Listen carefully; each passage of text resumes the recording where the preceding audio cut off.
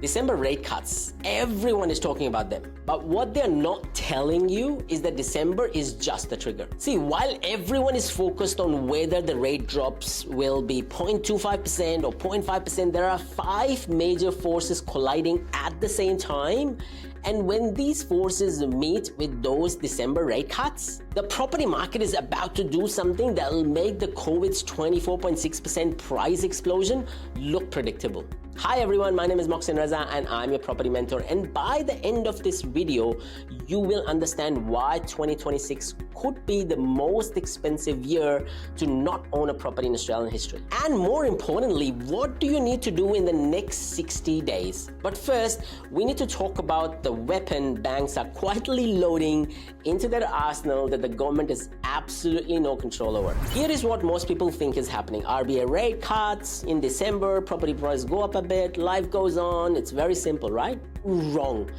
Because December rate cuts aren't just happening in isolation. Now, whether they happen in December or not is a completely different conversation. But the rate cuts are the match being dropped into a room that's already filled with gasoline. And let me show you what I mean. Right now, I'm recording this and there are 5 distinct forces building pressure in Australian property market. Number 1, the population growth is accelerating despite migration caps. The 446,000 new arrivals annually, which is double the pre-COVID average.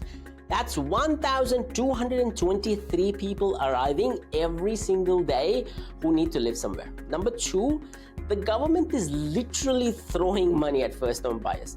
You know, with 5% deposit schemes and the stamp duty concessions and first-home buyers grant, we are talking about 1.5 billion in safe mortgage insurance costs in the first year alone. And number 3, the state governments are capping rental increases through rental reforms, which sounds good until you understand what it actually does to prices.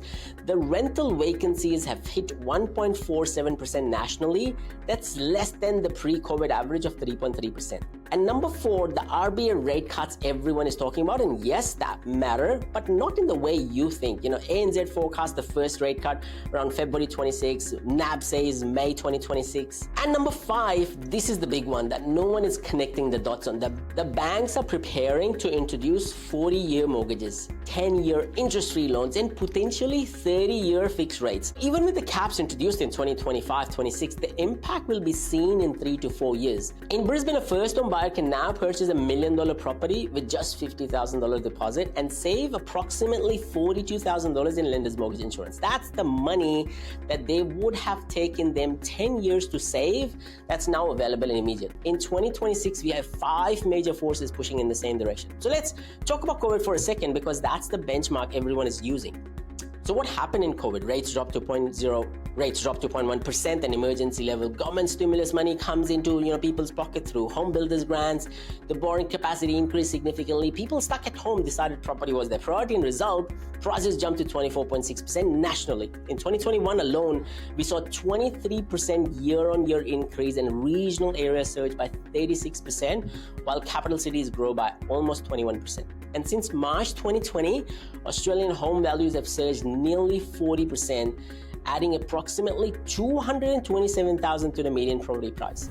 COVID happened fast, 18 months of madness, and things stabilized. 2026 could be different because this isn't a spike. This could be a sustained surge that reshapes Australian property affordability for generations to come. So everything I've just laid out, even 70% of it is accurate. What do you actually do with this information? If you're planning to buy, the window is until February.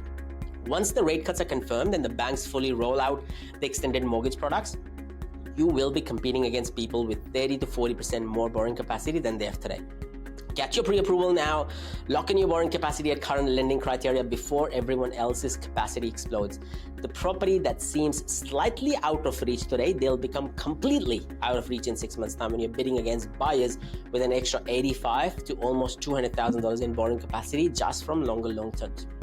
Remember, in Brisbane, first-home buyers can borrow up to $1 million. First-home buyers can buy up to $1 million with just $50,000 down payment and save on $42,000 in insurance costs. If you're a current owner, this is the wealth transfer moment. If you're sitting on the property in high-demand areas, the next 18 months could add 20 to 30% to your property value without you doing anything. During COVID, the median price increased by $227,000. If we see even half that impact in 2026, you are looking at six-figure equity gains again. And if you've been thinking about upgrading, the math might actually favor you doing it right now rather than playing the waiting game, because the property you are buying might increase less than the property you're selling.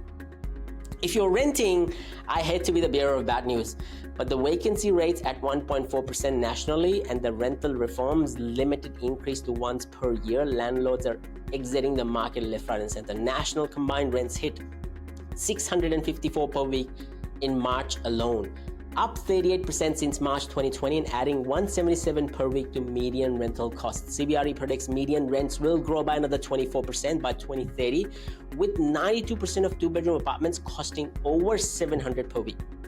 You are in a squeeze play. The question is, can you position yourself to buy before all of this hits the fan? The 60-day reality check. Look, I could be wrong about all of this timing. Maybe it will take, mid-2026. Maybe the banks are slower to roll out these products. The only question is, how fast does it happen? So let's bring this home. December rate cuts aren't the story, they are a trigger. 5 major forces are aligning that have never aligned like this before: the annual migration, the government incentives, the rate cuts, the rental vacancies, the banking products that are increasing borrowing capacity by 30 to 40%. The government controls only one of these forces and the market controls the balance of the four. And when these forces collide in 2026, we could see property prices make movements that make the question is, are you positioned on the right side of this? I've laid out the data, I've shown you the math, now the decision is yours. Drop in the comment below, are you buying before this hits or are you playing the waiting game? I'm genuinely curious to see where people are positioning themselves, because I know where I stand. If this video helped you connect the dots, smash that like button and hit the subscribe. Before 2026 is going to be one hell of a year and I'm looking forward to that. I'll see you in the next one. Take care, stay safe, keep smiling, keep investing.